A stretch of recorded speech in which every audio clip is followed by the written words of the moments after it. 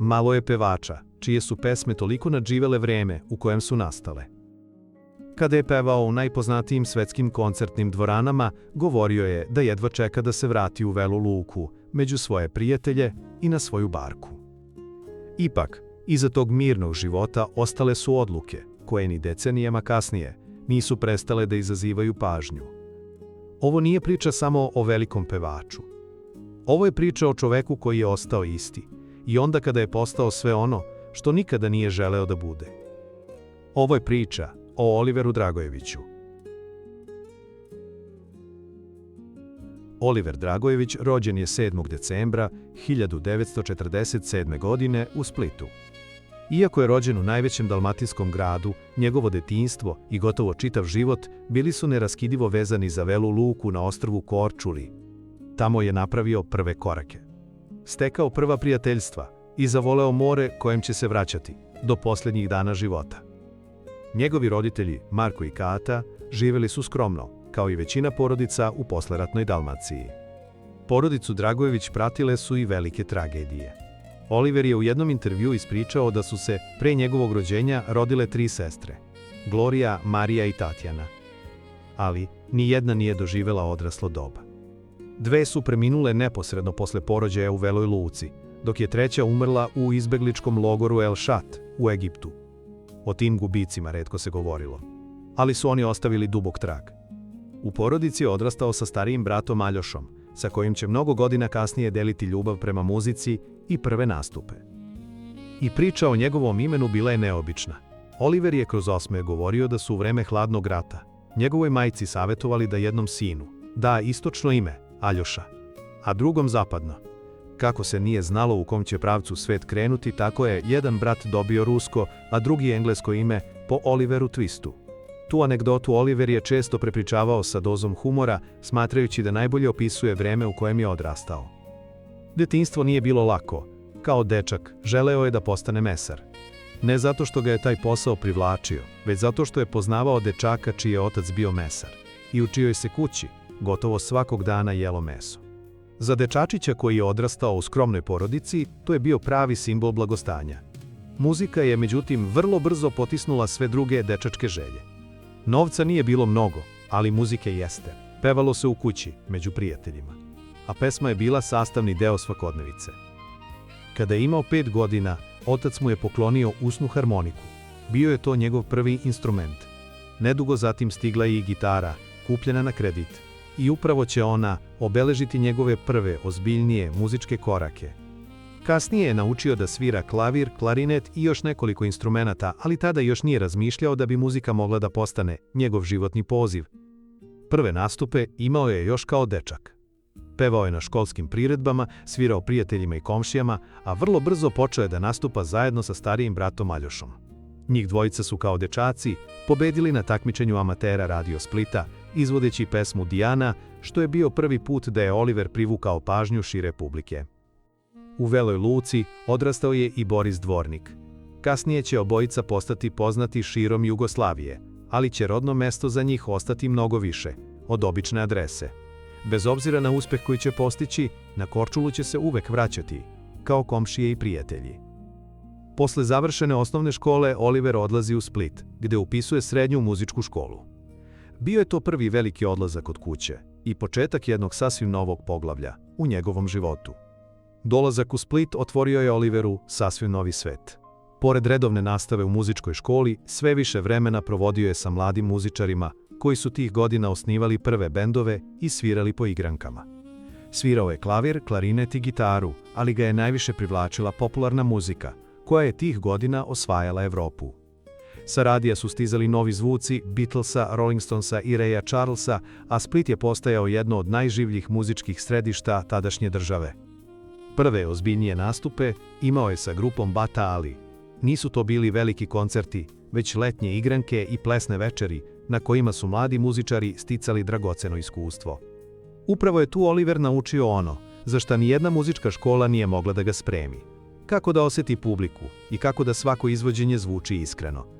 67. dobio je priliku da se prvi put predstavi na Splitskom festivalu. Izveo je Runjićevu pesmu Pizza Feraj i očekivao da bi upravo taj nastup mogao predstavljati početak ozbiljne karijere. Dogodilo se, međutim, nešto sasvim drugo. Pesma nije postigla uspeh kojem se nadao, a Oliver je festival napustio razočaran. Kasnije je priznao da se na sceni nije osjećao dobro i da je imao utisak kako jednostavno nije dorastao velikim festivalskim nastupima. Ja nisam znao što ću s rukama, prisjećao se kasnije.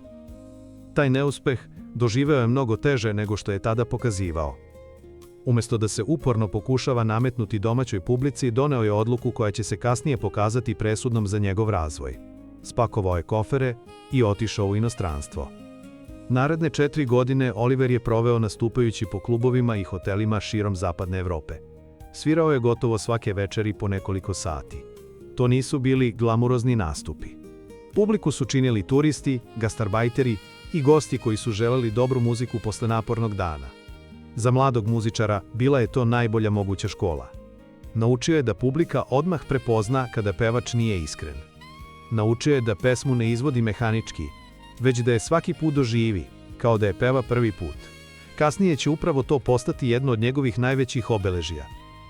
Godine provedene u inostranstvu promenile su ga, i kao čoveka, i kao muzičara.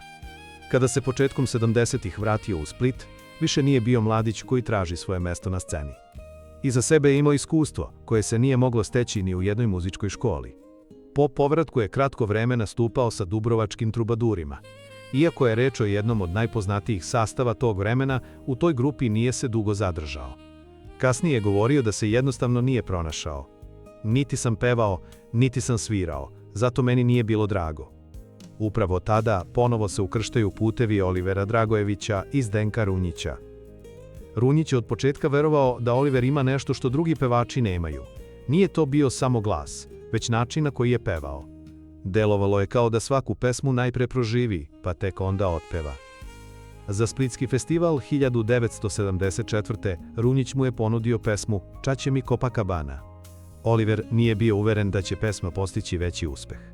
Kasnije je pričao da ju je prihvatio bez velikih očekivanja i da nije razmišljao o pobedi. Publika je, međutim, mislila drugačije. Čače mi Copacabana osvojila je prvu nagradu publike i Oliveru donela prvu veliku afirmaciju na Splitskom festivalu. Posle godina provedenih daleko od domaće scene, njegovo ime odjednom se našlo među najzapaženijim izvođačima. Ali dok je publika slavila novu zvezdu, deo stručne javnosti bio je znatno uzdržaniji. Pojedini muzički kritičari smatrali su da je reč o tipičnoj festivalskoj pesmi, koja neće dugo trajati. Jedan od njih čak je procenio da ni Oliver neće nikada ostaviti dublji trag na domaćoj muzičkoj sceni. Takve ocene danas deluju gotovo neverovatno. Ne zato što je ova pesma postala hit, već zato što je predstavljala tek uvod u ono što će uslediti. Već naredne godine Zdenko Runjić doneo je Oliveru novu pesmu. Zvala se Galeb i ja. Na prvi pogled nije ličila na festivalske hitove tog vremena. Bila je mirna, pomalo setna i potpuno drugačija od pesama koje su publiku osvajale na prvo slušanje.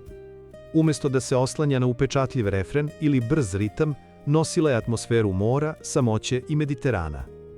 Na Splitskom festivalu 75. nije odnela pobedu, ali je dobila mnogo više od festivalskog priznanja. Dobila je publiku. Posle festivala, pesma je nastavila da živi svojim životom. Sve češće se emitovala na radiju i polako postajala jedna od pesama po kojima je Oliver bio prepoznatljiv. Mnogi muzički poznavaoci smatraju da je upravo tada pronašao svoj prepoznatljiv izraz. Saradnja sa Zdenkom Runjićem dobila je puni smisao. Runjić je umeo da napiše melodiju koja je odgovarala Oliverovom senzibilitetu, a Oliver je tim pesmama davao emociju koja se nije mogla naučiti. U godinama koje su usledile nastale su pesme koje će obeležiti njegovu karijeru i domaću zabavnu muziku. Skalinada, Romanca, Malinkonija, Oprosti mi pape, Molitva za Magdalenu, Vjeruj u ljubav i mnoge druge postale su deo repertoara koji publika ni decenijama kasnije nije zaboravila. 70. godine bile su period u kojem je Oliver Dragojević izgradio muzički identitet, po kojem će ga pamtiti generacije slušalaca. Njegove pesme nisu zavisile od trenutnih trendova. Prevazilazile su vreme u kojem su nastale i sa svakom novom generacijom pronalazile novu publiku. Krajem 70-ih i početkom 80-ih Oliverov glas postao je prepoznatljiv i van festivalskih bina i koncertnih dvorana. Za muziku Zorana Simjanovića u filmu Nacionalna klasa snimio je baladu Zašto. Simjanović se kasnije sećao da se dvoumio između Olivera i Davorina Popovića. Najpre je pozvao pevača Indeksa, ali on nije došao u Beograd. Oliver je prihvatio poziv i snimio pesmu koja je ostala jedan od najemotivnijih trenutaka muzike iz tog filma. Godinu dana kasnije, njegov glas obeležio je i seriju Vruć vetar. Vojkan Borisavljević komponovao je muziku nakon razgovora sa Aleksandrom Đorđevićem i Sinišom Pavićem o atmosferi koju pesma treba da nosi. Oliver je u studiju Radio Beograda za svega 15 minuta snimio 2 pesme za seriju, A sada dio i Čovek i brod. Upravo je A sada dio postala njen zaštitni znak i jedna od onih melodija koje su generacije vezivale za šurdu, rastanke i vreme kada je televizijska serija mogla da ujedini celu zemlju. Velika popularnost nije promenila Oliverov odnos prema muzici. Nikada nije bio pevač koji će na sceni praviti spektakl ili pažnju privlačiti velikim gestovima. Najvažnije mu je bilo da pesmu doživi iskreno, bez obzira na to da li peva pred nekoliko stotina ili nekoliko hiljada ljudi. U jednom razgovoru rekao je da često zatvori oči dok peva, ne zato što želi da ostavi utisak na publiku, već zato što se tada potpuno prepusti pesmi. Tek kada oseti ono što peva, smatrao je da emociju može preneti i na ljude koji ga slušaju.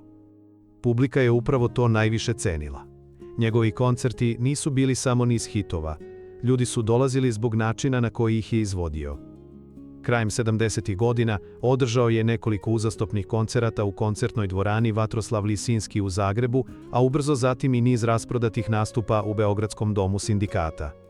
Postalo je jasno da Oliver više nije bio samo dalmatinski pevač. Njegove pesme podjednako su prihvatali slušaoci širom Jugoslavije. Uprkos popularnosti, privatno je ostao isti. Nije voleo estradne zabave. Retko je izlazio na mesta na kojima su se okupljale poznate ličnosti. Mnogo je više uživao u ribolovu i druženju sa prijateljima nego u svetu show biznisa. Ljudi koji su ga poznavali često su govorili da se privatno gotovo nije razlikovao od čoveka kojeg su gledali na sceni. Bio je neposredan, duhovit i potpuno lišen potrebe da ostavi utisak velike zvezde. Jedna od najpoznatijih pesama nastala je sasvim slučajno. Zdenko Runjić je na dalinu prvobitno namenio Borisu Dvorniku, a Oliver je u studio došao samo da snimi radnu demo verziju, kako bi glumcu bilo lakše da nauči melodiju. Međutim, pesma mu se toliko dopala da je ubrzo pozvao Runjića i upitao ga: "Slušaj, a bi li ja moga kako upast u tu pismu?" Kompozitor je u prvi mah oklevao, jer je pesmu već obećao Borisu. Međutim, Dvornik je bez razmišljanja prihvatio ideju da izvedu zajedno. Tako je sasvim spontano nastao duet, koji će decenijama kasnije ostati jedna od najprepoznatljivijih pesama snimljenih na ovim prostorima. Iako je bio jedan od najpopularnijih pevača u Jugoslaviji, Oliver je privatni život uporno čuvao od očiju javnosti. Nikada nije voleo da se o njemu govori više nego o njegovim pesmama. Retko je davao intervjue, još ređe pričao o porodici, a estradni život nikada ga nije posebno privlačio. Smatrao je da publiku treba da zanimaju pesme, a ne privatne priče. Svoju životnu saputnicu Vesnu upoznao je početkom 70. godina u Dubrovniku. U to vreme nastupao je sa dubrovačkim trubadurima, dok je Vesna radila u Dubrovačkoj bolnici. Njihov prvi susret dogodio se sasvim slučajno, ali je vrlo brzo prerastao u vezu, koja će trajati do kraja njegovog života. Venčali su se 1974. Početak zajedničkog života nije bio lak. Njihovo prvo dete, devojčica, preminulo je na porođaju. O tom bolnom iskustvu veoma retko su govorili u javnosti, ali su kasnije priznali da ih je upravo ta tragedija još više zbližila. Kasnije su dobili 3 sinova. Prvo Dina, potom blizance Damira i Davora. Zbog brojnih turneja i koncerata, Oliver je često bio odsutan od kuće, ali je svaki slobodan trenutak koristio da bude sa porodicom. Kada nije nastupao, gotovo redovno se vraćao u Velu Luku, gde je pronalazio mir koji mu je tokom karijere bio neophodan. "Nikad se nisam trudio da budem neki savršen muž, super otac ili deda", govorio je. "Uvek nastojim da budem iskren u svemu što radim. Kad mi nešto ne paše, to se na meni odmah vidi. Ne znam da glumim, u tome sam jako loš. To je moj način života, u njemu je važna iskrena emocija." Upravo tu osobinu ljudi su prepoznavali i u njegovim pesmama. Njegove interpretacije nikada nisu delovale odglumljeno. Nije pokušavao da emociju pojača pokretima ili scenskim efektima. pevao je onako kako je živeo. Mirno, iskreno i bez potrebe da bude neko drugi. Slava ga nije promenila ni u svakodnevnom životu.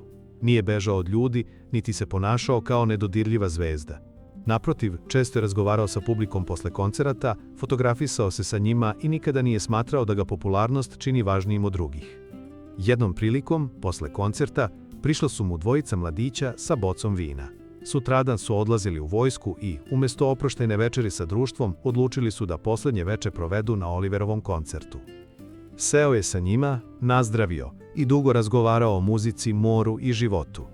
Kasnije je kroz osmeh rekao da mu posle koncerta obično nije do pića, ali da nije mogao da odbije mladiće koji sutradan odlaze u vojsku.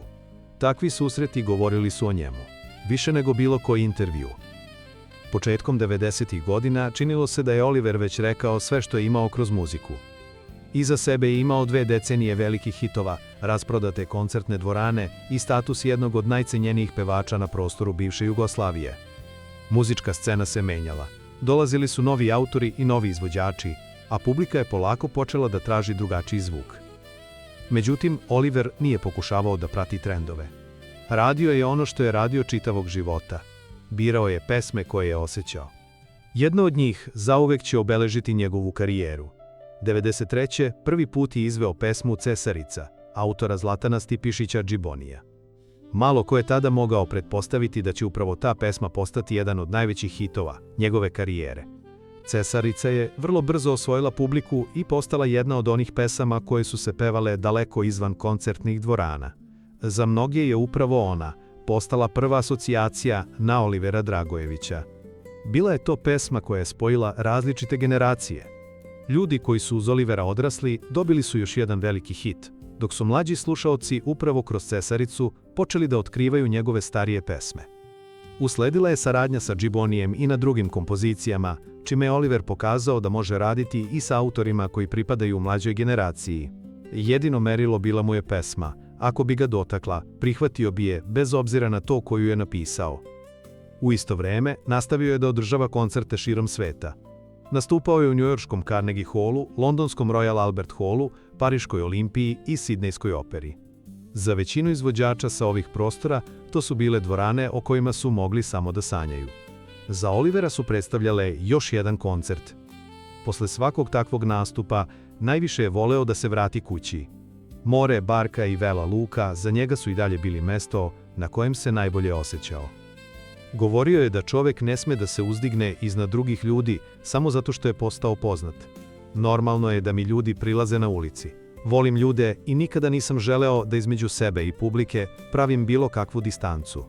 Tokom cele karijere ostao je veran tom principu. Upravo zato mnogi ga nisu pamtili samo kao velikog pevača, već i kao čoveka koji je uspeo da sačuva ono što je imao, mnogo pre nego što je postao poznat. Menjale su se pesme, menjale su se generacije, ali čovek koji ih je pevao ostao je isti. Posle ratova 90-ih, Oliver više nije nastupao u Beogradu i Srbiji. O toj odluci retko je govorio i nije želeo da je dodatno objašnjava. Ipak, u jednom od retkih intervjua za srpske medije Tanja Peterne ga je pitala čega se seća iz vremena koje je provodio u Beogradu. Čega se sećate iz Beograda, iz onog vremena kad ste dolazili? Bilo dobri ljudi tamo. Pa ima još. Hvala vam na razgovoru. Hvala vam. Bez obzira na razloge koje je imao, za mnoge njegove poštovaoce u Srbiji ta odluka ostala je bolna i teško razumljiva. Generacije su odrasle uz njegove pesme, a mnogi od njih nikada nisu dobili priliku da ga čuju uživo. Posle više od 4 decenije provedene na sceni, Oliver Dragojević nije pokazivao nameru da uspori. I dalje je redovno nastupao, snimao nove pesme i održavao koncerte pred rasprodatim dvoranama. Publika se menjala, dolazile su nove generacije, ali interesovanje za njegove nastupe nije jenjavalo. Uprkos velikoj popularnosti, život mu se nije mnogo promenio. I dalje je najveći deo slobodnog vremena provodio na Korčuli. Voleo je more, jedrenje i ribolov, a prijatelji su često govorili da je upravo tamo bio najsrećniji. 11. marta 2017. održao je veliki koncert pod simboličnim nazivom Oliverovih 70. Repertoarski je obuhvatio gotovo čitavu njegovu karijeru, a na sceni su mu se pridružili Zagrebačka filharmonija, Matija Dedić i Stjepan Hauser, član dua Tu Čelos. Bio je to prvi u zvanično najavljenom nizu koncerata pod nazivom Oliverovih 70. I još jedna potvrda da je, posle više od pola veka na sceni, njegova muzika i dalje okupljala hiljade ljudi. Malo ko je tada mogao da nasluti da će samo nekoliko meseci kasnije uslediti vest koja će rastužiti ceo region. Oliveru je dijagnostikovan kancer pluća. Ljudi koji su decenijama odrastali uz njegove pesme nadali su se da će uspeti da pobedi bolest. Sam Oliver o tome nije želeo mnogo da govori. Nikada nije voleo da privatne probleme iznosi u javnost, pa ni ovog puta nije pravio izuzetak. Nastavio je lečenje, a retke izjave koje je davao uglavnom su bile kratke i bez dramatizovanja. Nije želeo sažaljenje. I pored teške dijagnoze, nije potpuno odustao od muzike. U oktobru pojavio se na humanitarnom koncertu pod nazivom Vjeruj u ljubav.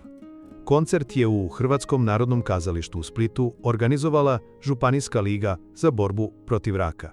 Bolest je ostavila trag, ali ne i na emociji sa kojom je pevao. Od publike se, osim pesmom, oprostio i rečima: "Ako mi je ikada trebala pomoć, onda je to večeras. S vama će to biti puno lakše." Bio je to i njegov posljednji nastup. Nekoliko meseci kasnije planirao je da velikim koncertom i u Splitu obeleži 70. rođendan. Zbog zdravstvenog stanja, koncert je odložen, a kasnije je postalo jasno da ga više neće biti moguće održati. Oliver Dragojević preminuo je 29. jula 2018. godine u Splitu, u 71. godini života. Vest o njegovoj smrti obišla je ceo region. Od njega su se opraštali muzičari, glumci, sportisti, političari. I hiljade ljudi koji ga nikada nisu lično upoznali, ali su uz njegove pesme obeležili najvažnije trenutke svog života. Po sopstvenoj želji sahranjen je u Veloj Luci. Na poslednje putovanje ispraćen je morem, koje je toliko voleo. Bio je to oproštaj, kakav se retko viđa. Deseci hiljada građana ispunili su splitsku rivu. Uz pesmu Suze i pljesak, povorka s kovčegom prošla je gradom do katamarana, koji je isplovio uz pratnju stotina brodica, sirena, baklji i aviona koji su kružili iznad luke. Spontani oproštaji od Olivera Dragojevića održani su i u Beogradu, Sarajevu, Podgorici, Skoplju i mnogim gradovima širom regiona. Kada danas govorimo o Oliveru Dragojeviću, teško je njegovu karijeru svesti na broj albuma, nagrada ili održanih koncerata. Takvi podaci mogu da opišu uspješnu karijeru, ali ne mogu da objasne zašto njegove pesme i danas imaju isto mesto u životima ljudi, kao i pre nekoliko decenija. Ljudi su se uz njegove pesme zaljubljivali, rastajali, tugovali i radovali. Njegov glas postao je deo uspomena miliona ljudi.